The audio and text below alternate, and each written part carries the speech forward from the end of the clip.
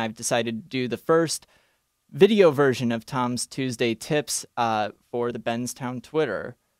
So this is a tip that I've recommended before in writing, but I just want to talk about it for a second to like show how dope it is. So a lot of us have been working on headphones the last year working from home, and I always worry about like my mix translating and stuff sounding good on whatever you play it on. So this is a tool for that. I've got a pair of headphones on, Sony MDR 7506s to be exact, and I've got it open in SonarWorks reference 4, and what it's doing is it's detecting, not really even detecting, but it has a profile for how these headphones typically sound, and what it's doing is it's trying to counter it so that it's a totally flat response.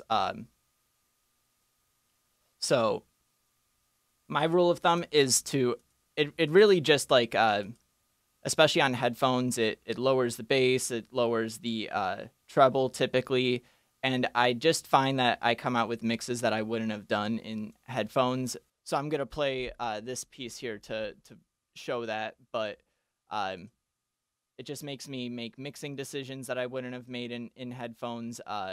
It really makes my pieces sound totally different, and I notice that they consistently sound the same on other stuff that I listen to it on. So check this out. From all city to all American. The #1 player. Kind of in a category of their own. Right there with the very best. Back to your favorite nationwide personalities on 106.7 The Fan. If I turn that off, though, it doesn't sound as good, and I think that that's because the headphones are just naturally bringing up frequencies that I don't like. So it could end up with something like if it's more accentuated in the high frequencies, you could end up turning in something that doesn't have enough high frequencies because you could hear them in your headphones. So here's the other one. From all city to all American. The #1 player. Kind of in a category of their own. Right there with the very best. Back to your favorite nationwide personalities on 106.7 The Fan.